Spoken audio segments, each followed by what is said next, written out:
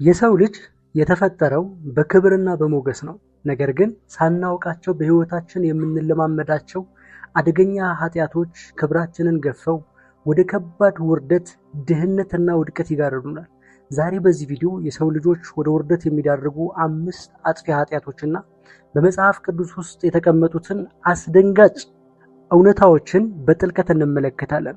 ህይወታችሁ ከውድቀት ለመጠበቅ ይህንን ቪዲዮ እስከ መጨረሻው ተከታተሉ። ኃጢአት እግዚአብሔርን ከመበደል ያልፋል። ኃጢአት እግዚአብሔርን ከማሳዘን ያልፋል።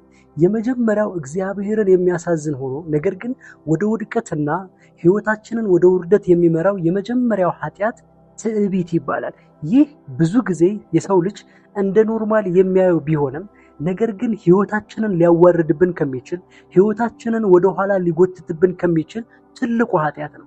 መጽሐፍ ቅዱስ ላይ በመጽሐፈ ምሳሌ ምዕራፍ 16 ከቁጥር 18 እንደዚህ ይላል፣ ትዕቢት ጥፋትን፣ ኩራትም ውድቀትን ትቀድማለች። አያችሁ፣ ከእያንዳንዱ የትዕቢት ህይወት ጀርባ ትልቅ የተደገሰ ውድቀት አለ። ከእያንዳንዱ ኩራት ጀርባ ደግሞ ትልቅ ጥፋት አለ። ሁል ጊዜ በህይወታችን የምንለማመዳቸው ነገሮች በሙሉ የሆነ የሚታጨድ ነገር አላቸው፣ የሆነ የሚሰበሰብ ነገር አላቸው። አያችሁ፣ በዚች ምድር ላይ እስካለን ድረስ የመዝራትና የማጨድ ፕሪንሲፕል ወይም ደግሞ የመዝራትና የማጨድ ህግ ማንም ሊሽረው አይችልም። ምክንያቱም መጽሐፍ ቅዱስ በኦሪት ዘፍጥረት ላይ መዝራትና ማጨድ አይቋረጥም ይላል። ታውቃላችሁ፣ እያንዳንዱ እዚህ ምድር ላይ የሚደረግ ነገር በሙሉ መዝራት እስካለ ድረስ ማጨድ አለ። የምታደርጉት መልካም ነገር የሚሰበሰብ ትልቅ የሚታጨድ ብዙ የሆነ ተመላሽ የሆነ ነገር አለው። ሁለተኛው እንደገና ስንፍና። ይህ አብዛኛው ሰው ስንፍና የሚባለው ነገር እንደ ኃጢአት አሊያም ደግሞ እንደ ስንፍና የሚያየው ሰው የለም። በዚች ምድር የሰውን ልጅ በትልቁ ሊያዋርደው የሚችለው ኃጢአት ስንፍና ነው። ስንፍና ራሱን የቻለ ኃጢአት ነው። መጽሐፍ ቅዱስ ሲናገር በመጽሐፈ ምሳሌ ምዕራፍ 10 ከቁጥር 4 ላይ እንደዚህ ይላል፣ የሰነፍ እጅ ድሃ ታደርጋለች፣ የትጉህ እጅ ግን ታበለጽጋለች ይላል። አያችሁ፣ ድህነት ያዋርዳል፣ ማጣት ያዋርዳል። ማጣትና ድህነት አብዛኛው ጊዜ የኃጢአትና የስንፍና ውጤት እንደሆኑ መጽሐፍ ቅዱስ በግልጽ ያስቀምጣቸዋል። ሶስተኛው እንደገና ሊያዋርደን የሚችል የኃጢአት ልምምድ፣ ኃጢአት የማይመስለው ብዙ ሰው ሐሰትና ውሸትን።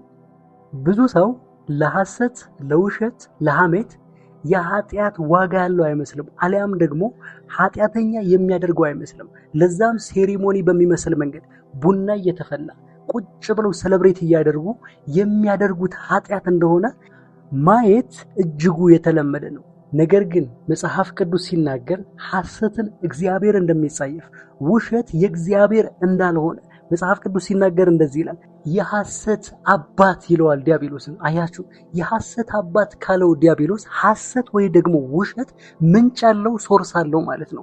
ስለዚህ እናንተ እንደ ቀልድ እንደ ኖርማል ነገር የምትዝናኑበት ውሸትና ኃጢአት በእግዚአብሔር ዘንድ ጸያፍ የሆነ ነገር ግን ደግሞ ከዲያብሎስ የሚመነጭ የከፋ እንደሆነ መጽሐፍ ቅዱስ ይናገራል። መጽሐፍ ቅዱስ ስለ ሐሰትና ስለ ውሸት ሲናገር እንደዚህ ይላል። በመጽሐፈ ምሳሌ ምዕራፍ 12 ከቁጥር 22 እንደዚህ ይላል፣ ሐሰተኛ ከንፈሮች በእግዚአብሔር ዘንድ የተጠሉ ናቸው። አያችሁ፣ እውነትን የሚያደርጉ ግን በእርሱ ዘንድ የተወደዱ ናቸው። ይህ ማለት እግዚአብሔር የሚጠላው ነገር አለ፣ የሚወደው ነገር አለ። ሐሰተኛ ከንፈሮች በእግዚአብሔር ዘንድ የተጠሉ ናቸው። እውነትን የሚያደርጉ እውነትን የሚናገሩ ግን በእግዚአብሔር ዘንድ የተወደዱ ናቸው። አያችሁ፣ እግዚአብሔር እውነትን ይወዳል። እግዚአብሔር እውነትን ያፈቅራል። በእያንዳንዱ ድርጊታችሁ የምትተባበሩት መንፈሳዊ አካል አለ። እዚህ ላይ በደንብ ልታስተውሉትና ልታውቁት የሚገባው አንዱ ትልቁ ነገር ሐሰትን በምትናገሩበት ጊዜ፣ ሐሰትን በምትሰሩበት ጊዜ ከዲያብሎስ ጋር እየተባበራችሁ እንደሆነ፣ እውነትን በምትናገሩበት ጊዜ ደግሞ እውነትን በምታደርጉበት ጊዜ እንደገና የእውነት አምላክ ከሆነው ከሰማይ አምላክ ከእግዚአብሔር ጋር ህብረት እንደምታደርጉ እዚህ ላይ በግልጽ ተቀምጦ እናገኘዋለን። አራተኛውና ብዙ ሰዎች የወደቁበት ብዙ ነገስታት እጃቸውን የሰጡበት ኃጢአት ደግሞ ዝሙትና የስጋ ምኞቶች። አያችሁ፣ በዝሙት ያልወደቀ ሰው የለም፣ በዝሙት ያልተዋረደ ሰው የለም። መጽሐፍ ቅዱስ በአንደኛ ቆሮንቶስ ምዕራፍ 6 ከቁጥር 18 እንደዚህ ይላል፣ ዝሙትን ሽሹ፣ ሰው የሚያደርገውን ኃጢአት ሁሉ ከስጋ ውጭ ነው፣ ዝሙትን የሚያደርግ ግን በገዛ ስጋው ላይ ኃጢአትን ያደርጋል። አያችሁ፣ ስጋችሁ እንዲዋረድ ታደርጉታላችሁ። ፐርሰናሊቲያችሁ እናንተነታችሁ እንዲዋረድ ታደርጉታላችሁ። ህይወታችሁ ላይ ውርደት ህጋዊ ሆኖ ወደ እናንተ እንዲመጣ ትጋብዙታላችሁ። እርግጥ መጽሐፍ ቅዱስ የኃጢአት ትንሽና ትልቅ የለውም።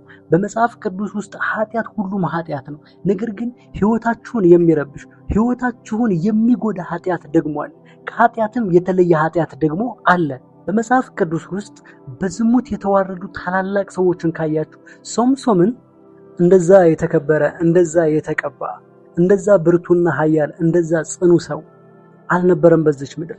ነገር ግን ወደ ህይወቱ አንዲት ደሊላ የተባለች ከእርሱ ወገን ያልሆነች ዝሙትን ተሸክማለት መጣች። እንደዛ በክብር እንደዛ በኃይል የተቀባውን ሰው ከዛች ሴት የተነሳ እጅግ ትልቅ የሆነ ውድቀት ከነበረው የክብር ኃይል ተላቆ እንደውም የወፍጮ ገፊ እስኪሆን የተዋረደ ሰራተኛ እስኪመስል ድረስ በህይወቱ ላይ ውርደት ገጠመበት። እዛም በከፋ አንዳንዶቹ ንግስናቸው ወድቀው በውሻ እስኪላሱ ድረስ እንደነ ኤልዛቤል ያሉ ታላቅ ንግስናን የሚቆጣጠሩ ንግስትን ካለችበት የከበረ ህይወት ወድቃ ካለችበት የንግስና ዘውድ ወድቃ ውሻ እስኪልሳት ድረስ ክብር እስክታጣ ድረስ ያደረጋት ያንን ኃጢአት ዝሙት የተባለው ኃጢአት። ዝሙት ያዋረዳል። ዝሙት ውድቀትን ያመጣል። በመጽሐፍ ቅዱስ ውስጥ ዓለምን እጅግ በኃይል ያስገበረ ታላቅ የጥበብ ሰው የሆነ ሰለሞንም ምድርን አንድ ንጉስ የሚገዛት እስክትመስል ድረስ ዓለም በሙሉ በጥበቡ ያስገበረ ሰው፣ ነገር ግን እጅግ ትንሽ በሚመስል የዝሙት ውድቀት በወደቀ ጊዜ ታላላቅ ውርደቶችን ገጠሙበት። ላልተፈቀደ አምላኩ ላልሆነ ለነዛ አማልክት መስገድ ጀመረ፣ ዝቅ ማለት ጀመረ፣ መዋረድ ጀመረ። ያ ሁሉ ያደረገው ነገር በሙሉ የመጣበት ከዝሙት ኃይል የተነሳ። ዝሙትና ከዝሙት ጋር የተያያዙ ነገሮች በሙሉ ህይወትን ይነጥቃሉ፣ ያላችሁን ክብር ይነጥቃሉ፣ ያላችሁን ማንነት ይነጥቃሉ። ስለዚህ ማንም ሰው ነገውን ማየት የሚወድ መልካሙን ነገር ማየት የሚወድ መጪ ዘመኑን በሙሉ በመልካም ማየት የሚወድ እነዚህ አሁን የጠቀስኳቸው ዝሙትን፣ ሐሰትንና ውሸትን፣ ስንፍናን፣ ትዕቢትን እነዚህ በሙሉ ከህይወቱ ሊያስወግደው ይገባል።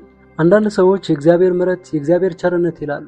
እግዚአብሔር መሐሪ ነው፣ እግዚአብሔር ፍቅር ነው፣ እግዚአብሔር መልካም ነው፣ እግዚአብሔር ሩህሩህ ነው፣ ይራራል፣ ይቀበለናል። ነገር ግን የምንዘራቸውን መጥፎ ነገሮች ደግሞ እዚህ ምድር ላይ እንድናጭዳቸው እንደረጋለን። እግዚአብሔር የሚጸየፈውን እንድንጸየፍ፣ እግዚአብሔር የሚጠላውን እንድንጠላ እግዚአብሔር አምላክ በጸጋው እንዲያግዘን የእግዚአብሔር አምላካችን ፈቃድ ይሁን። የዛሬው ሐሳብ ይሄ ነበረ። እስከ መጨረሻው ከኔ ጋር ስለነበራችሁ አመሰግናለሁ። ይህ ቪዲዮ ከጠቀማችሁ ላይክ፣ ሼር ማድረግ እንዳትረሱ። ለዚህ ቻናል አዲስ ከሆናችሁ ግን ይህንን ቻናል ሰብስክራይብ እያደረጋችሁ ቤተሰብ እንድትሆኑ ጋብዛችኋለሁ። በሚቀጥለው ቪዲዮ እስክንገናኝ ድረስ የእግዚአብሔር ሰላም ከእናንተ ጋር ይሁን። ሰላም።